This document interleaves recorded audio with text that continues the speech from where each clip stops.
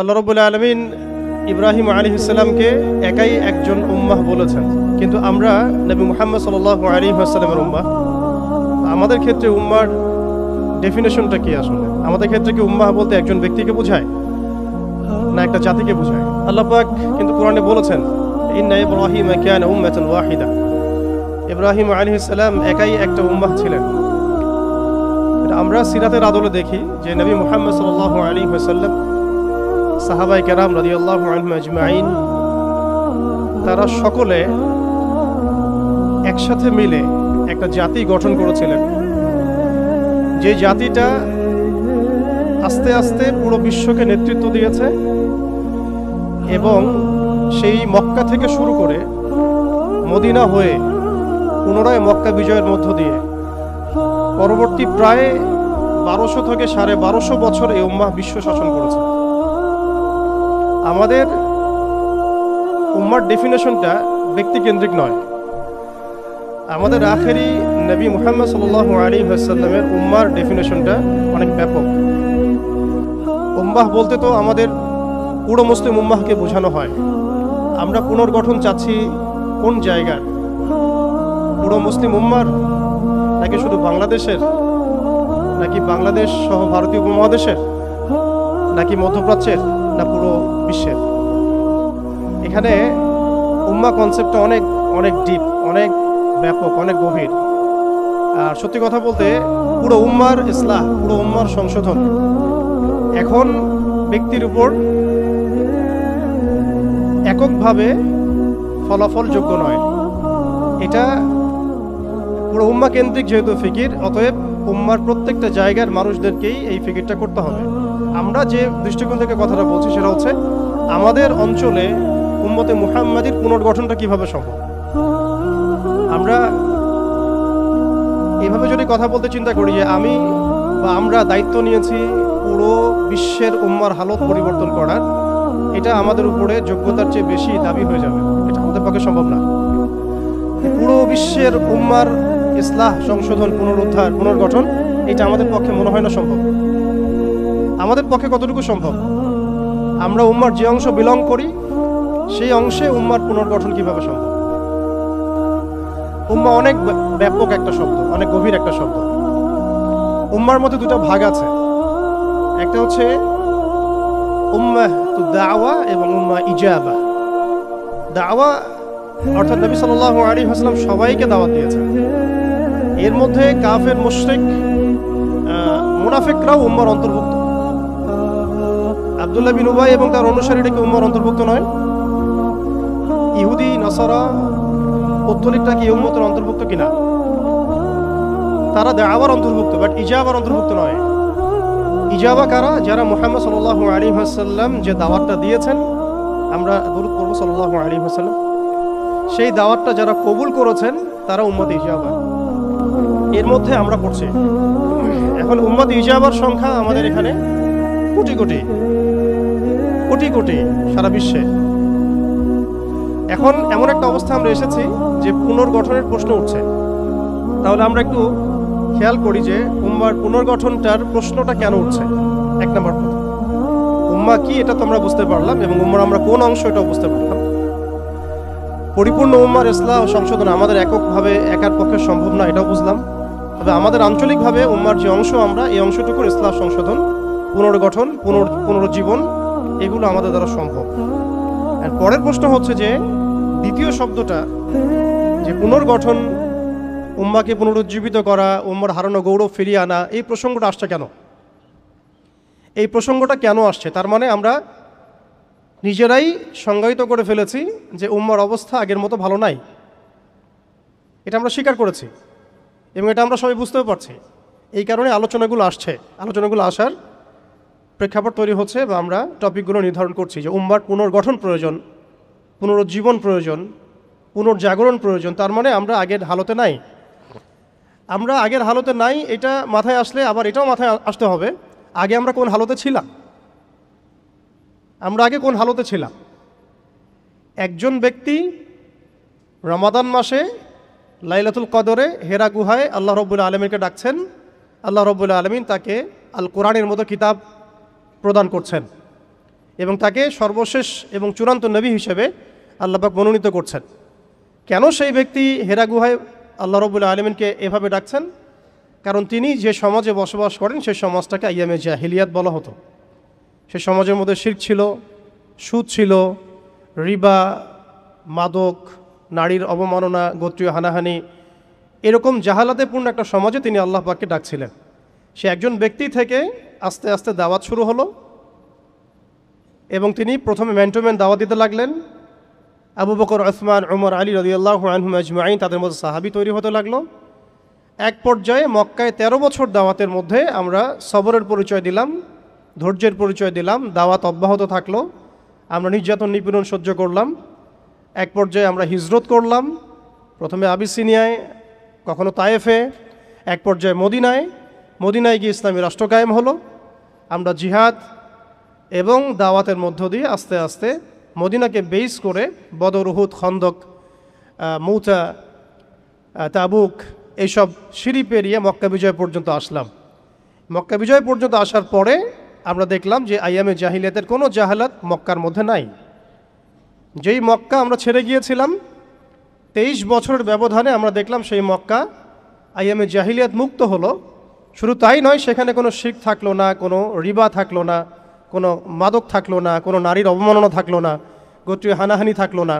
যেখানে আমরা ছিলাম মুস্তাদআফিন, দুর্বল, আমরা ছিলাম মক্কা থেকে বিতাড়িত, আমরা ছিলাম সংখ্যালঘু, সেখান থেকে আলহামদুলিল্লাহ মাত্র 23 বছরের ব্যবধানে আমরা পুরো জাজিরাতুল আরবকে শাসন করলাম।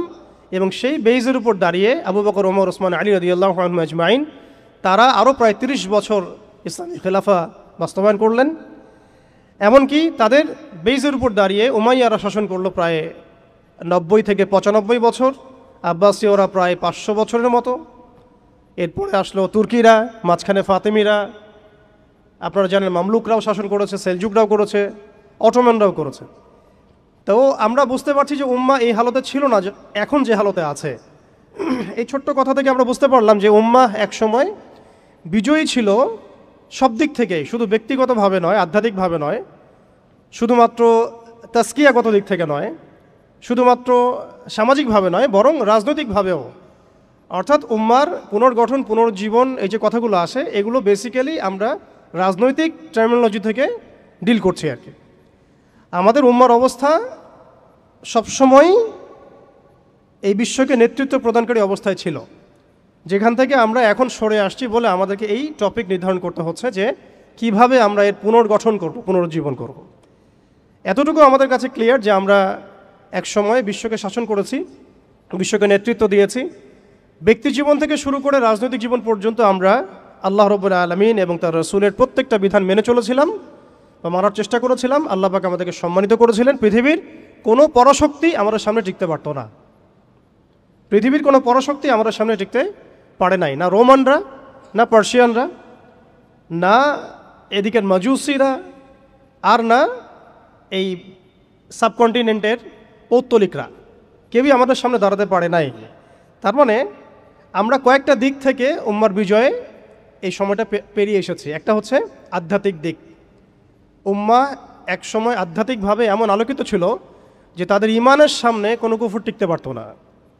তারা পারিবারিকভাবে আলোকিত ছিল, তারা জ্ঞানতাত্ত্বিকভাবে আলোকিত ছিল, তারা তাসাউফের দিক থেকে আলোকিত ছিল, তারা অর্থনৈতিক দিক থেকে অনেক শক্তিশালী ছিল, সামরিক দিক থেকে তারা অনেক শক্তিশালী ছিল। জামাবদ্ধভাবে আমরা থাকতাম, কোনো বিভক্তি ছিল না। আমাদের মধ্যে আসসামু ওয়া তাআ ছিল, আমাদের মধ্যে আমির, মামুর, বায়াত এবং ইতাআত ছিল। আমাদের মধ্যে রাষ্ট্র ব্যবস্থা ছিল, খিলাফা স্টেট ছিল, শরিয়া আইন ছিল এবং শরিয়া বা ইমারা রাষ্ট্র ব্যবস্থা ছিল। এবং আস্তে আস্তে আমরা এই বেইজের উপর দাঁড়িয়ে পর্যন্ত জয় করেছিলাম। শুধু তাই নয়, আমরা বলতে পারি যে সিন্ধু, এদিকে সিন্ধু, ওইদিকের আফ্রিকা, আফ্রিকা থেকে সিন্ধু পর্যন্ত, ওইদিকের পশ্চিমা সভ্যতা থেকে চায়না পর্যন্ত বলা যায় পৃথিবীর 4 ভাগের 3 ভাগ আমাদের দখলে ছিল। এই ছিল উম্মার অবস্থা।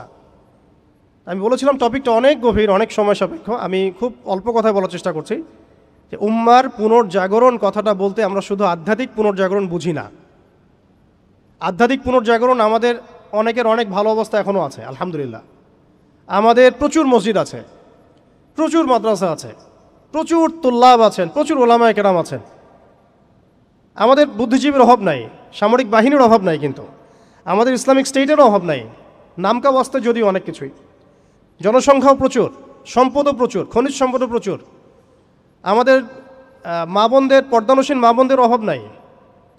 তাহলে আমরা কোন জায়গা থেকে পুনর্জাগরণের কথাটা বলছি? আসলে আমরা পুনর্জাগরণের কথাটা বলছি সামগ্রিক অর্থে, স্পেশালি রাজনৈতিক অর্থে, সামগ্রিকভাবে কিন্তু স্পেশালি রাজনৈতিকভাবে। এখন আসেন যে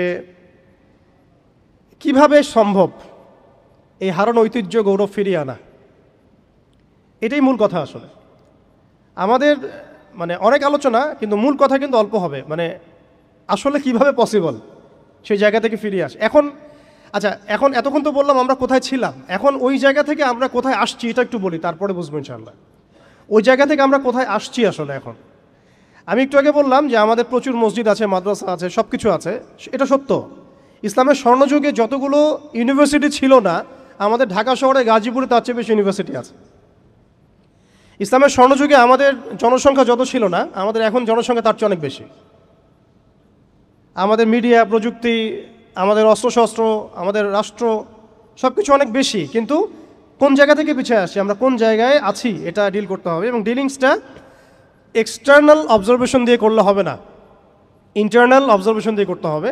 খিদির আলাইহিস সালামের মতো বাহ্যিকভাবে অনেক কিছু মনে হবে, অনেক ইসলামিক দল আছে, অনেক মুসলিমদের সংখ্যা অনেক, একটু আগে বললাম মসজিদ, মাদ্রাসা সব কিছু অনেক বেশি, সবই ঠিক আছে। কিন্তু ইন্টারনালি আমাদের কিছু বিষয় দেখতে হবে। ইন্টারনালি কি নাই আমাদের মধ্যে? এক নাম্বার, ইন্টারনালি সেই রাজনৈতিক বৈশ্বিক ক্ষমতা আমাদের হাতে নাই, প্রথম কথা।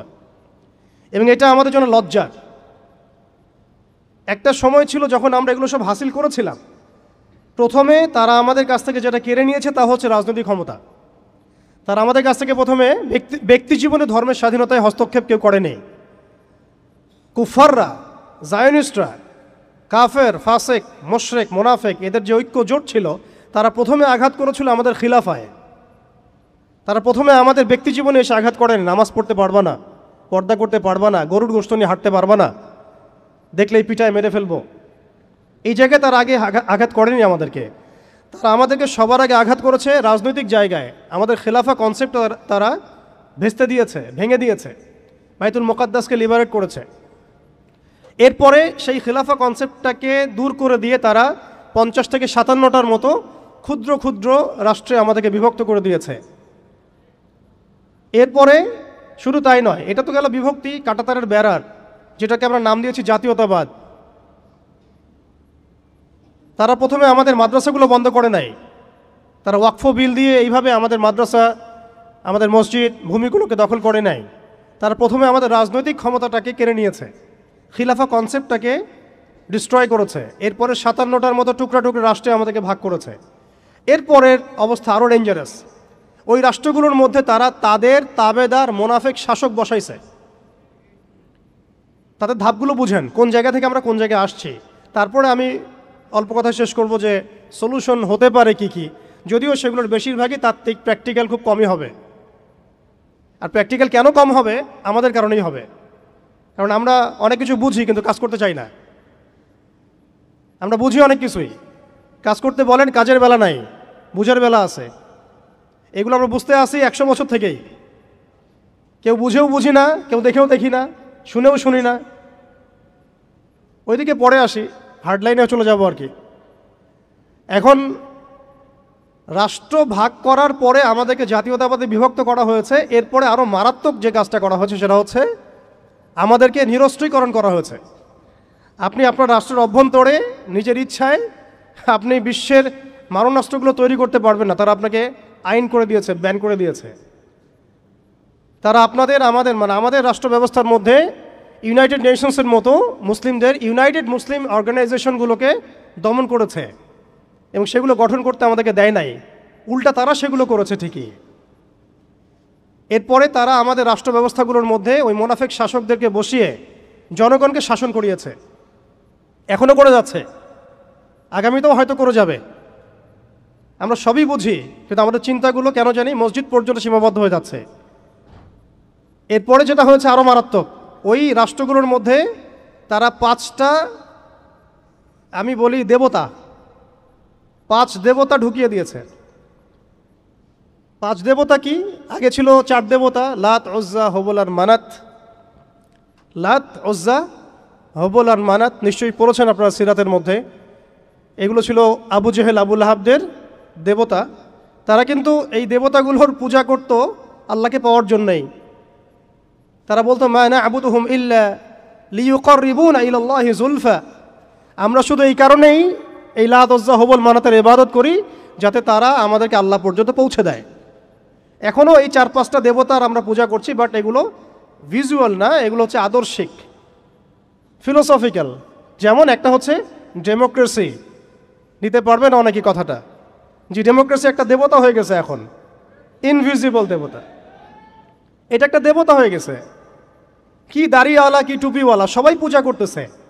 সুবহানাল্লাহ, মানে অবাক হয়ে যাবেন। রিপোর্ট করছে টিভিতে, আপনারা কি চান, এই গভর্নমেন্ট কয় বছর থাক, এই গভর্নমেন্ট কয় বছর থাক, আপনি কি ইলেকশন চান, আপনি কি চান না। অডিয়েন্সের সাধারণ আমজনগণের জবাব হচ্ছে না, আমরা ইলেকশন চাই না। ইলেকশন দিয়ে কি হয়, খালি এক জালেম যে আরেক জালেম আসে, আমরা এইসব ইলেকশন চাই না। আমরা চাই ভালো কোনো সরকারি ব্যবস্থায় থেকে যাক আরও 10 বছর। মানে সবচেয়ে ভালো যে চিন্তাটা তাদের, সেটাও গণতন্ত্রের বাইরে যেতে পারে না। সরি, সবচেয়ে ভালো তাদের ইনসাফপূর্ণ যে চিন্তাটা মাথা থেকে আসে, সেইটাও এই দেবতাগুলোর বাইরে যেতে পারে না। ওই পূজার মধ্যেই চিন্তা। আমরা চাই এরকম একটা গভর্নমেন্ট আসুক, এই পদ্ধতি থাক, এবং আরও 10 বছর তারা দেশ চালাক। মানে ইসলামে যে আল্লাহ প্রদত্ত একটা রাষ্ট্র ব্যবস্থা আছে, একটা ইসলামী শাসন ব্যবস্থা আছে, এই কনসেপ্টটাই নাই। নামাজ পড়ছে মাশাআল্লাহ, রোজা রাখছে, হজ উমরা সবই করছে, বাট কেন জানি পলিটিক্যালি রাষ্ট্র ব্যবস্থা, ইসলামের যে রূপরেখা আছে বা ইসলামের যে একটা সুন্নাহ আছে, নবী সাল্লাল্লাহু আলাইহি ওয়াসাল্লামের যে একটা রেখে যাওয়া উসওয়াতুল হাসানা আছে, এইটাই মানুষ মানতে পারছে না বা বুঝতে পারছে না। জাযাকাল্লাহ। আপনারা অবচেতন শব্দটার সাথে পরিচিত কিনা? একটা আছে আমরা জেনে বুঝে একটা কাজ করি, একটা হচ্ছে না জেনেও করি, অবচেতন মনে। তো এটা একটা দেবতা, ডেমোক্রেসি একটা দেবতার নাম, যেটার পূজা করছে এখন মানুষ সারা ওয়ার্ল্ডে। আরেকটা হচ্ছে এইথিজম, নাস্তিকতা। আরেকটা হচ্ছে, আমি লিখছিলাম সকালবেলা, একটা শব্দ বের হয়েছে আর কি লিখতে লিখতে। একটা হচ্ছে ডেমোক্রেসি, একটা এইথিজম, একটা ন্যাশনালিজম, একটা কমিউনিজম, আর একটা হচ্ছে সেকুলারিজম। 5টা শব্দ বললাম আর কি। এখনকার এই বিশ্ব ব্যবস্থায় ইসলামী খেলাফতকে দূর করে দিয়ে, উম্মাকে বিভক্ত করে দিয়ে, মোনাফেক শাসকদেরকে বসিয়ে ইন্টারনালি প্রত্যেকটা রাষ্ট্রে এই 5টা দেবতা বসানো হয়েছে। ডেমোক্রেসি, এইথিজম, আর বললাম কি ন্যাশনালিজম, একটা কি বললাম, কমিউনিজম এবং সেকুলারিজম, DANCS। কিছুটা ড্যান্সের মতো আর কি। আসলে এরা বিশ্বকে নাচাচ্ছেই, এরা এইসব মতবাদ দিয়ে বিশ্বকে নাচিয়ে বেড়াচ্ছে আর কি। তারা নিজেরা নাচে না এগুলোতে, বরং তারা এগুলোর মধ্য দিয়ে মুসলিমদেরকে নাচায়। যদিও এটা এক্স্যাক্টলি ড্যান্স শব্দটা হয় নাই, কাছাকাছি হয়েছে আর কি। এখানে D আছে, A আছে, N আছে, C এবং S আছে। এই 5টা দেবতার শেকড় যদি এই বিশ্ব থেকে উপড়ে ফেলা না যায়, তাহলে ইসলামী শরিয়া, ইমারা এবং খেলাফা কায়েম হবে না। এবং যখন এই বিশ্বে ইনশাআল্লাহু তাআলা আগামীতে শরিয়া, ইমারা এবং খেলাফা বাস্তবায়িত হবে, তখন এই 5টা দেবতার কোনোটাই বাকি থাকবে না ইনশাআল্লাহ। এই নাপাকিগুলো থেকে পবিত্র না হয়ে বা পবিত্রতা হাসিল না করে আপনি আমি যতই একটা গ্লাসের মধ্যে মধু ঢালি, আর আপনি দুধ ঢালেন, আর কোনো শরবত ঢালেন, ওই গ্লাসটাই নাপাক। আফসোস হচ্ছে আমরা এই নাপাকিগুলো ধরতে পারছি না অনেকেই। আল্লাহ পাক আমাদেরকে ধরার এবং বোঝার তৌফিক দান করেন। এই সিস্টেমগুলো ব্যর্থ, এই মতবাদগুলো ব্যর্থ। এই মতবাদগুলো তৈরি করা হয়েছে আমাদেরকে শাসন করার জন্যে। এই মতবাদগুলো আমাদেরকে গিলানো হয়েছে আমাদেরকে ডমিনেট করার জন্যে, আমাদেরকে পশ্চিমাদের দাস বানানোর জন্যে, জায়নিস্টদের দাস বানানোর জন্যে, আইএমএফের কাছে লোনের হাত পাতার জন্যে কোনো ডিসিশন নেওয়ার আগে, রাষ্ট্রের কোনো ডিসিশন নেওয়ার আগে ইউনাইটেড নেশনসের কাছে